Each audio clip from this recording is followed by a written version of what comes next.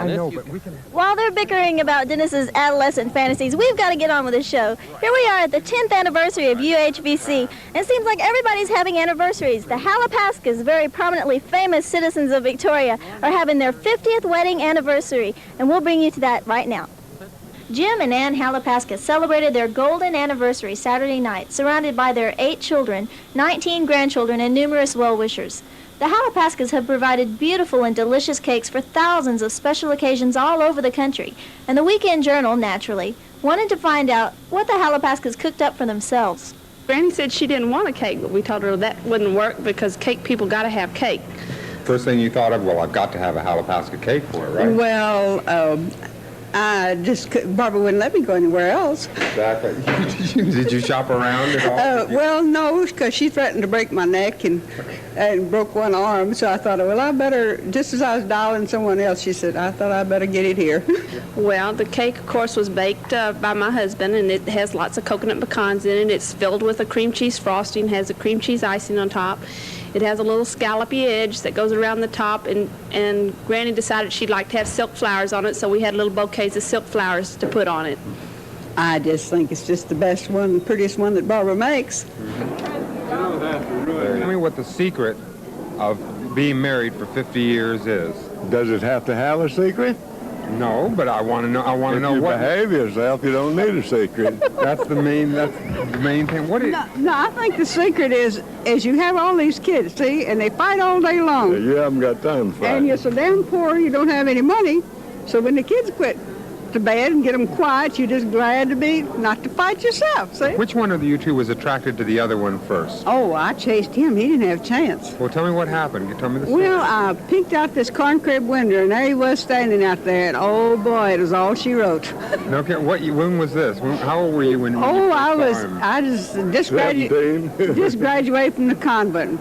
I was visiting these friends out in the country, and I was out in the corn crib, and I don't know what I was doing in the corn crib, but I looked out the window, and I saw Daddy, and that was too bad. Is that right? Well, it was immediate right then, huh? How quickly did you notice her? Did you notice her right away? Well, she couldn't get rid of her.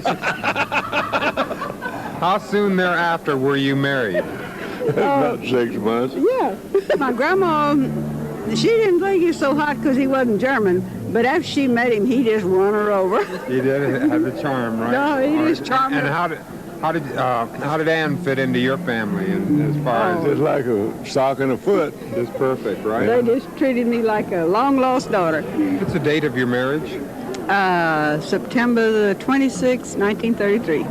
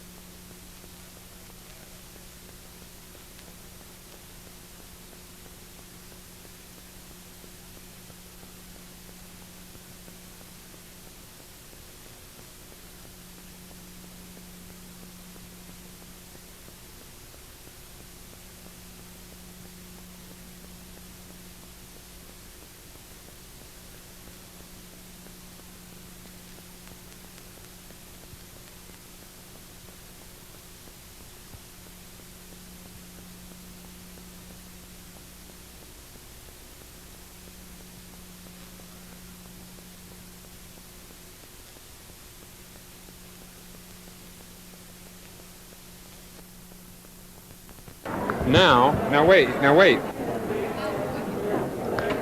All right. Now this won't be so bad. No, what are you going to do? Y'all stand close together. Yeah, tell me something. What I'm going to tell you. First thing I'm going to ask is the question that they ask everybody is you knew you were going to get asked it. What the secret of making it 50 years. You get on of this married. Now, come on. He's not going to cop out like I mean. You've got to at least. No, I don't cop out, but I don't understand what you mean. All right. Now tell me what the secret of being married for 50 years is. Does it have to have a secret? No, but I want to know. I want to know If you what. behave yourself, you don't need a secret. That's the main thing. What is? No, I think the secret is you have all these kids, see, and they fight all day long. You haven't got time for And you're so damn poor, you don't have any money. So when the kids quit to bed and get them quiet, you're just glad to be not to fight yourself. See? It's just a pleasure just to have it. That helps out a whole lot. All right, here. Hold on a second. Y'all turn so you're a little more toward the camera, so I have it here. Now, what was your first impression of this man? Which one of you two was attracted to the other one first? Oh, I chased him. He didn't have a chance. Well, tell me what happened. You tell me the story. Well, I peeked out this corn crib window, and there he was standing out there, and oh boy, it was all she wrote. Okay, when was this? How old were you when you first saw him? I just graduated from the convent. I was visiting these friends out in the country, and I was out in the corn crib, and I don't know what I was doing in the corn crib, but I looked out the window, and I saw Daddy, and that's too bad. Is that right? Well, it was immediate right then, huh? How quickly did you notice her? Did you notice her right away? Well, she couldn't get rid of her. How soon thereafter were you married? About 6 months. Yeah. So it was a fast courtship, you would say, right? Kind of whirlwind. Yeah. And let me ask you first, what did your parents think of Jim? My grandma, she didn't think he was so hot because he wasn't German, but after she met him, he just won her over. He did have the charm, right? No, he just charmed And her. how did Ann fit into your family, and as far as Just like a sock and a foot. just perfect, right? They just treated me like a long-lost daughter. And now you have built up a business that you're passing on and a reputation that Well, that was one of these have-to deals. Yeah. And that was when that happened. Yeah. Any message you'd like to give to your children? Hang in there. Over you. I think they already heard them. Yeah. Just hang in there. Hang in there. Hang in there. Thank y'all very much. We've been very lucky. Yeah. Wonderful kids. Just look at them. Just look at that bunch of turkeys. I think most of this stuff they call smartness is luck. A world of it is, anyway. What's the date of your marriage? September the 26th, 1933. 1933, and this is 83, so it's 50 years right now. All right. The 27th was my birthday, see? All right, so you have it now. And so you're 69 this year, and you're 80. 80 this year. All right, well, congratulations, folks, so much. You go get something to eat, Dennis. I am. Well, we're going to go. Got one for my birthday. All right, on both of them, on both of the things. Someone sent our names in. Wasn't it sweet of them? I don't know who it was, but I imagine one of those characters at the bank. Exactly. Well, and having Victoria's been pretty good as far as having it as a home for y'all. It has been a... Y'all have any one we know about. You have any message to Victoria after many years? So many people have had their anniversary. I was raised here at the convent, and I loved it. The sisters were wonderful to me. I loved it every minute of it. Well, I never went past high school, and that's all I know is Victoria. Yes, sir. He went to Old St. Joe's, and I went to the convent. All right, and then sent your children right through the same. I met the gal, the first girl I had tonight out here. No kidding. Yeah, his first girlfriend was out here She tonight. had to go home because she couldn't drive a car after dark. All right. Thank y'all folks very much. You're rolling. Go ahead.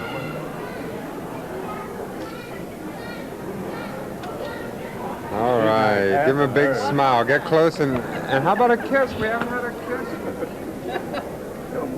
Wait a minute. All right. Good enough. Yes, she so she can get a picture.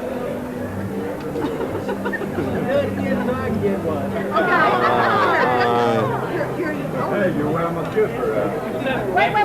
He needs the flash to come back on. You better watch it. We're fine or those 225. Give her another one. One more time. All right. That's so much they've been married. I don't Now I think we can go back.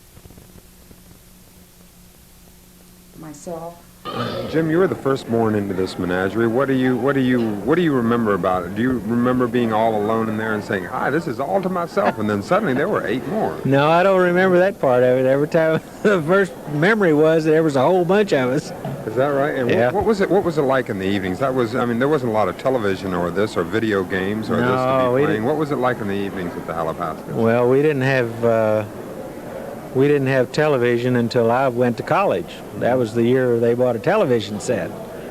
And of course the games, the electronic games like they have now. So what did y'all do? What did y'all do around the home?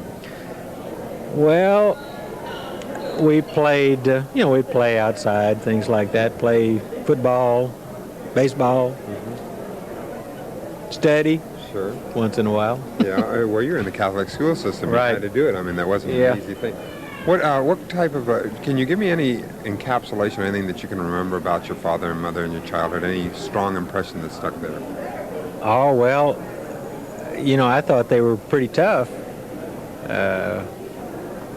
It's the main thing that I remember. We're pretty strong, strict. Yeah, right. Yeah. How has it fared for you in later life? Oh, I guess it was pretty good discipline. Pretty good this. Probably didn't hurt a hell of a lot. And Chris, how was it marrying into this very strong family? Well, I come from a large family too, so it was, just a transfer really. Exactly. Did you feel accepted right away? Oh, yes. All right. And how have you all passed that down in children? Now, two large family children. How many do you have? 3. 3. All right. More on the way? No. No. All right. It'd be some kind of damn miracle if there were. All right. Thank y'all very much. All right. Frank, you were the second born into the family? That's on. What do you remember about your early childhood? Give me some impressions of growing up here up on the Refugio Highway. Well, it was a good old time. There was always plenty to eat if we picked it out of the garden. We always had a good time. There were some tough times, but as long as we all got together and worked, plucked the chickens, picked the garden, there was always plenty to eat.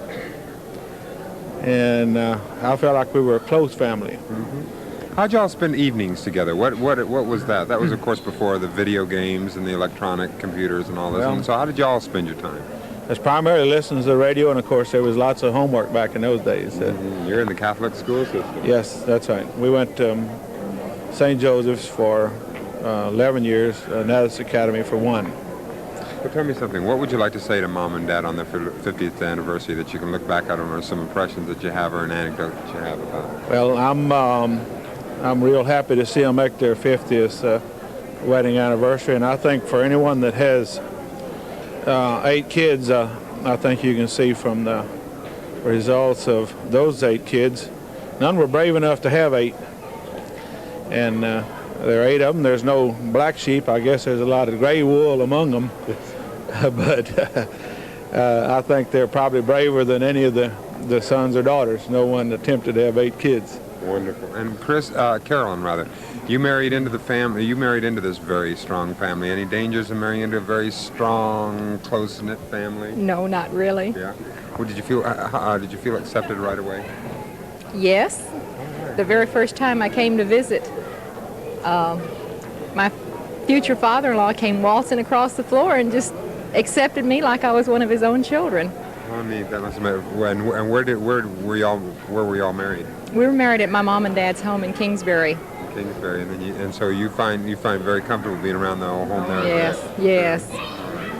Wonderful. Thank y'all very much. John, are you the child that is farthest away in distance right now? No, not really. I think Susie's further away than we are. Yeah. And you're in Denver right now, Right, that's correct. Well, give me your impressions of growing up on the Refugio Highway, and what sticks most strongly in your mind about being the son of Jim and Ann Halepaska? Oh, I don't know. Give me some impression, like your memory, like what y'all do in the evenings? How did y'all keep yourselves occupied? Well, when I was growing up there, most of us had some kind of a job, and after we were about 10 or 15 years old, and we were kind of scattered out in all directions, and in the evenings after school working on some kind of a job. But a lot of times on the weekends, especially Sunday afternoons, we'd all be together as a group. Yeah. And what do you being a child of in a family of 8? What kind of an experience was that for you? How did you adjust to it? Well, with your personality. It was one of those deals where you got to the table when it was time to eat.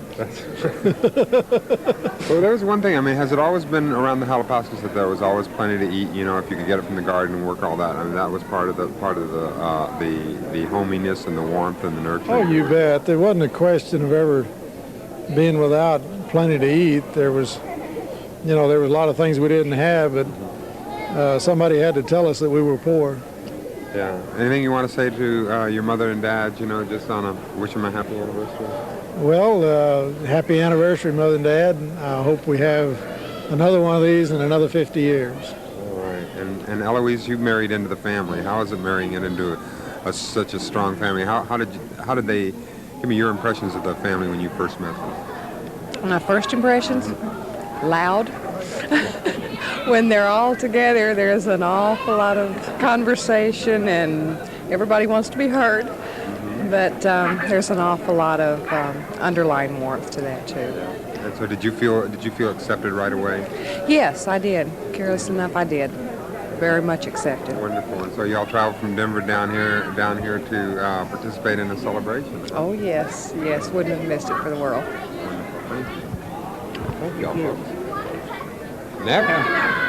Okay. Wait a minute. He's got to be gorgeous. They don't work that way. He's gorgeous. Now, did you feel that you got treated any differently than the boys? Differently, yes, sir. In those days, yes, sir. How was it handled? How was the daughter handled? How was the daughter? I was supposed to be a gorgeous little girl that sat on a silk cushion.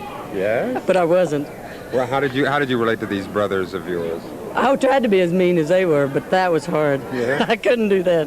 Did you enjoy growing up in a large family, having that experience? I enjoyed growing up in a large family. I wouldn't have one for the world, but I enjoyed it very much. What would you like to say to your mom and dad? Giving them, looking in the camera, something that you can just tell them as far as your own feelings? I don't know how they lived through this, and I do not know how they put up with this as many years as they did. I have no idea.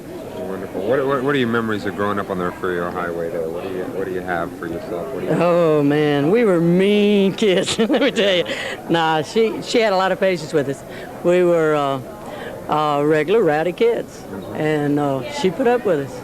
How was it? How were you accepted? Taking this daughter here, and how are you accepted into the family? Very carefully. That's right. Did you feel like you were given a little bit of, all right, just who is this guy? Yeah, I would say those bigger brothers gave me the once-over several times. Who is this character, What does he want? And so after over the years, you finally worn them down into... I think so. They accept me. All right. And your impression of a large family, I mean, how did you feel about having so many people around? Did you feel like what was your feeling? Well, it was new. Yeah. It was new to me, and I wasn't sure about it for a while, but it turned out good. It's a good experience. All right. Thank you all very much. Susie, how was it? Did your sister pave any ground for you so you got it a little bit easier being, rather than having to be the firstborn daughter into the family? Well, yes, in a lot of ways. After I saw her have all those kids, I knew I didn't want to be a mother. Can't help it. It's true. And how was it growing up there on the Refugio Highway and going through the Catholic school system? What kind of a kid were you? I was a perfect child. Were you? Mama's perfect, beautiful little doll. Doing everything that you could to help? Exactly right. Did you get into any mischief behind? No, we didn't have any time for it. No. What kind of a message would you like to give to your mom and dad? Just a message to them about themselves, or on their 50th wedding anniversary. Oh, I just think it's just incredible what they did to just go from dirt to what they've done. It's an amazing story. It is. It really is an amazing story. Yeah, and you've documented it through the photographs, and now you have this videotape for you too, right? Right. roll it. Oh, pause. Step there. Yeah. Right click. Ready? Now you came on down the line. You had a whole family there by the time you started to come in. You know, what were your first impression when you look up and seen? There's quite a group here. There was two separate families, that older family and the younger family. Yeah. Well, I was a member of the younger family, so exactly. Most of these were pretty much gone by the time we come along. How did y'all handle it? What was your memories of life on the Refugio Highway there, Joe? Pretty noisy all the time. Yeah. Having a lot of people, having a lot of fun, a lot of people around. That's a fact. And was it the time when you were growing up that the family got into the business?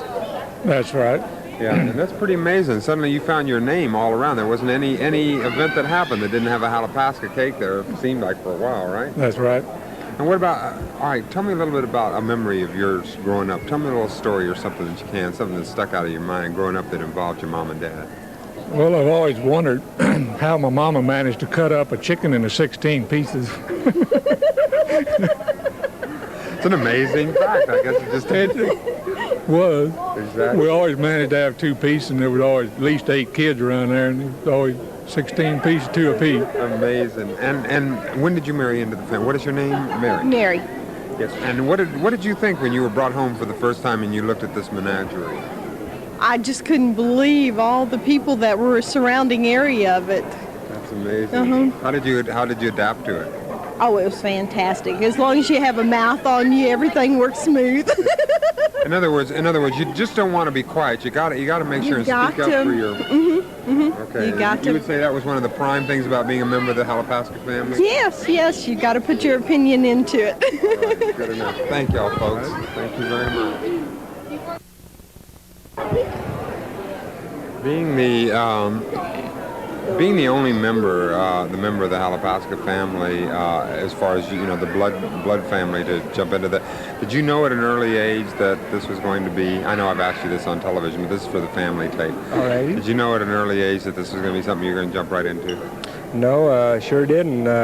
It did everything but this kind of work. Just anything I could think of to make a living, and when I got out of college, I got into this. What do you remember about growing up on the Refugio Highway, Tom?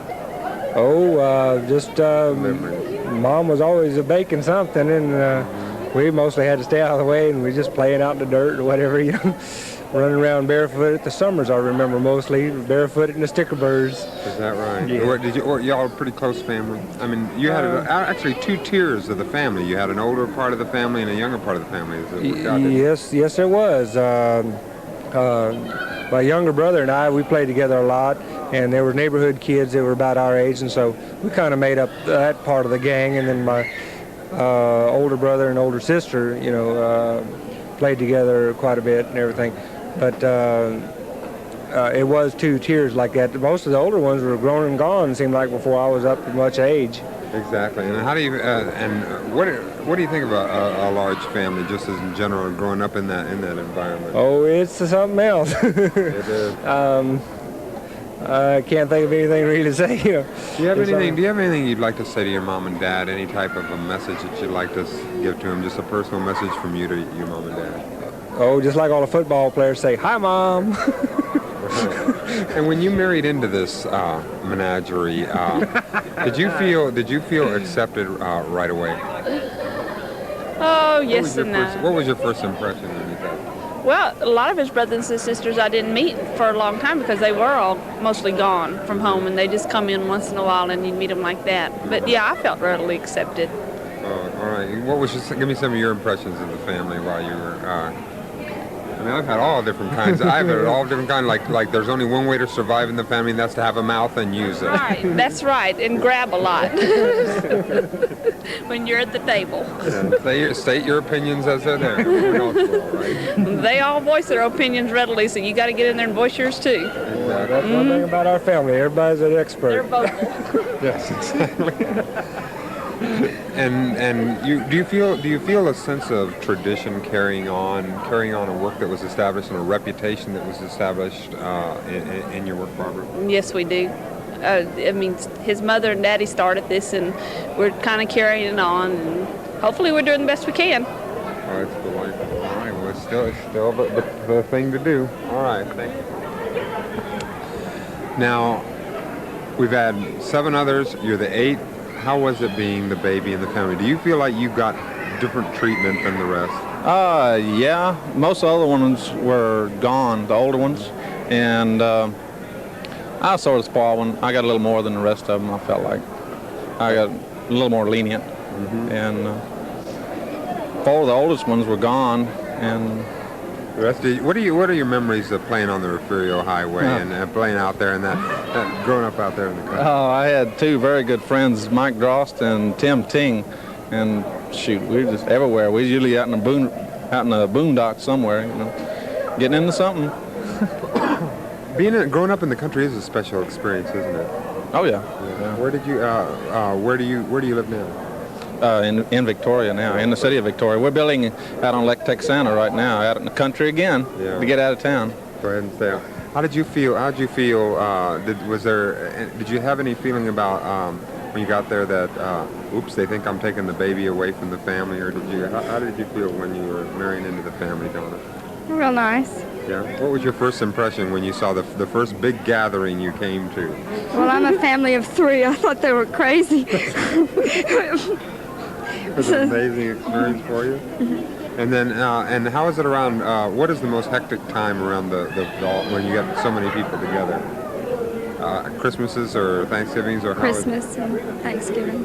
Do you pitch right in and help now? I mean, instead of just standing back and. I try. Just jump right in there, right?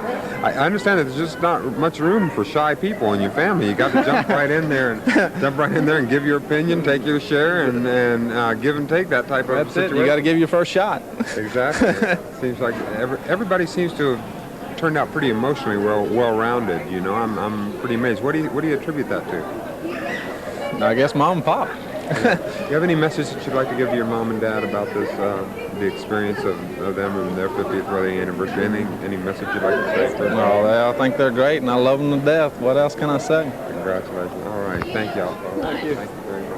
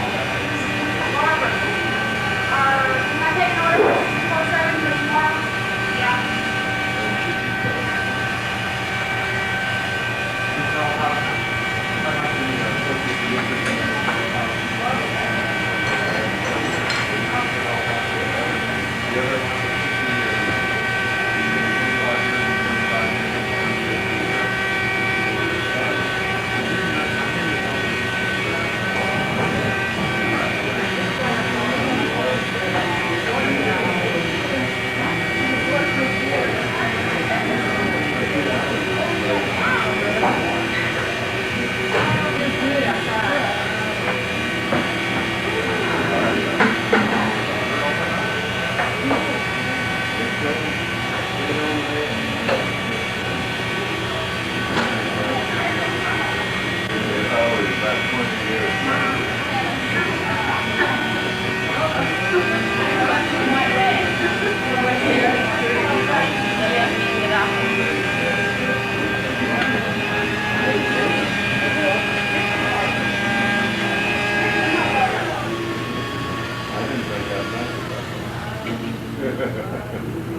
know what he's threatening to do, Dennis?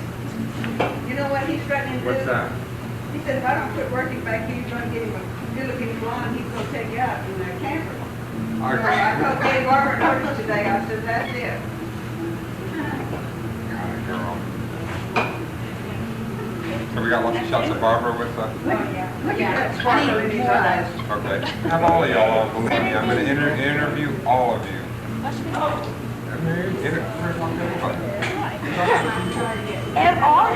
Well, we may not be able to put them all on TV, but we'll have it for the family. I mean, so you'll have it for the family. Not, so you'll have it so that you can do it here. That's important so that when you grow up and get older, that you have that take all of the family. Of course.